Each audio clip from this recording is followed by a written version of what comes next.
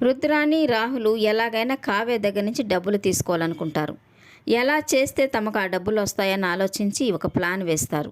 ఆ ప్లాన్‌లో భాగంగానే రుద్రాని ఫోన్ చేసి పంతులు గారిని ఇంటికి రమ్మని చెప్తుంది. ఇక ఇంటికి వచ్చిన పంతులు గారిని చూసి ఇంట్లో వాళ్ళంతా ఆశ్చర్యపోతూ తనని ఎవరు పిలిచారని అడుగుతూ ఉంటారు. ఇక రుద్రాని అయితే స్వప్నకి శ్రీమంతం చేయడానికి ముహూర్తం పెట్టడానికి నేనే తనని పిలిపించాను అని చెప్పడంతో ఇక ఇంట్లో వాళ్ళంతా ఒక్కసారిగా షాక్ అయిపోతూ ఉంటారు.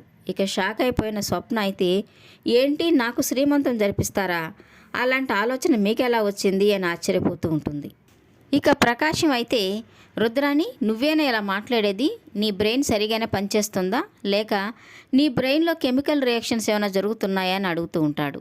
ఇక కావ్య, రాజ్ అయితే టెన్షన్ పడిపోతూ ఉంటారు. ఈ రుద్రాని శ్రీమంతం అంటుంది, ఏం చేయాలా అని ఆలోచిస్తూ ఉంటారు.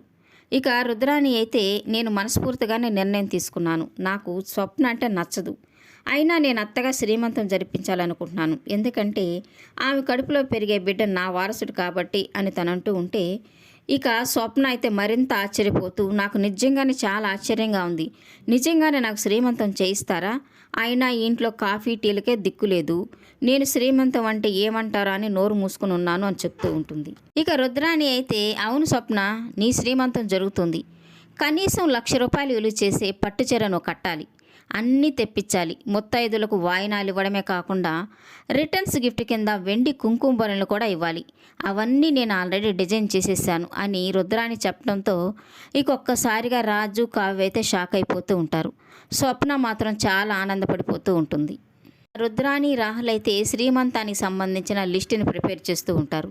భోజనాలని, స్వీట్స్ అని, అవన్నీ ఇవన్నీ వాళ్ళు ఇష్టం వచ్చినట్టు లిస్టు ప్రిపేర్ చేసి ఇక ఆ లిస్టు కావ్య దగ్గరికి ఇచ్చి, ఇదిగో కావ్య, శ్రీమంతానికి సంబంధించిన లిస్టుని ప్రిపేర్ చేశాను, నా బడ్జెట్ 20 లక్షలు అని చెప్పడంతో ఇక అపర్ణ, ఇందిరాదేవి, రాజు, కావ్య అయితే షాక్ అయిపోతూ ఉంటారు.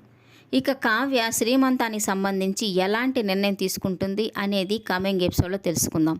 ఈ వీడియో నచ్చినట్లయితే లైక్ చేయండి, సబ్స్క్రైబ్ చేయండి. Thank you for watching.